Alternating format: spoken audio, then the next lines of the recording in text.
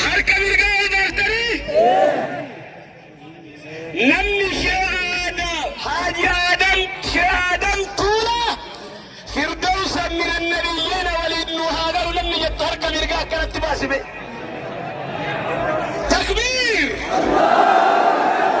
Takbiir! Takbiir! Waan isiniin jedhu foondeeshinii Haaji Aadam Tuula birrii 200 yoo gargaarra yuunivarsiitii Islaamaa Oromiyaa Itoophiyaa Afrikaa galu hin ijaarra namni jettu harka mirgaa ol baasime akkanatti.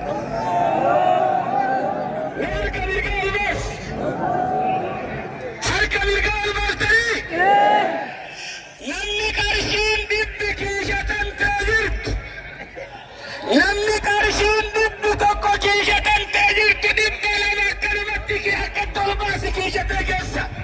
harkatti qabadhu akkanumatti baasi anarraa jalqabee olin ka'ira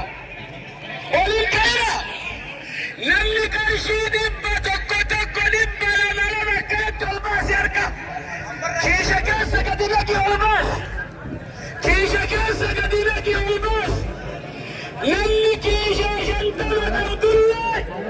namni keeshaa dhibba Abdullahi nama duriidha kiyyaan akka Aadam Tuula rabbina haa baasu jettu kiishii dhaqi harka kanatti ol baasi beetakka akkanumatti ol baasi hin kennin nama tokkotti hin kennin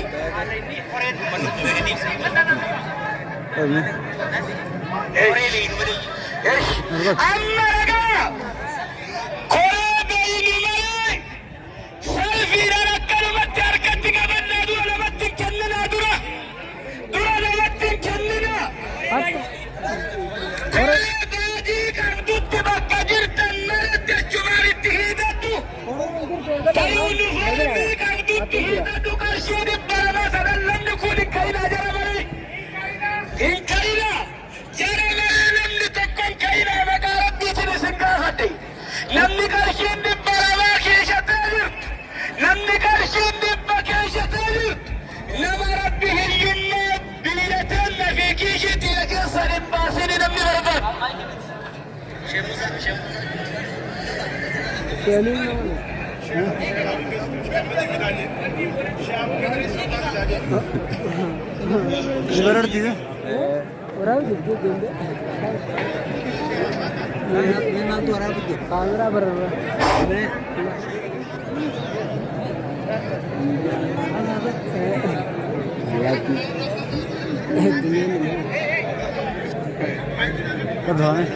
और दिलाना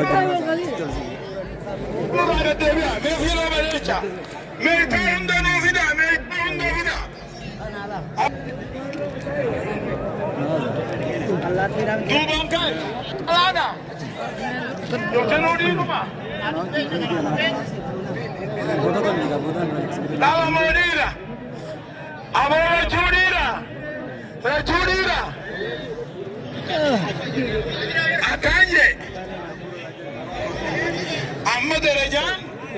شيخنا إمام التيانو درجة أكو مولي درجة قبنتي وكو صلاة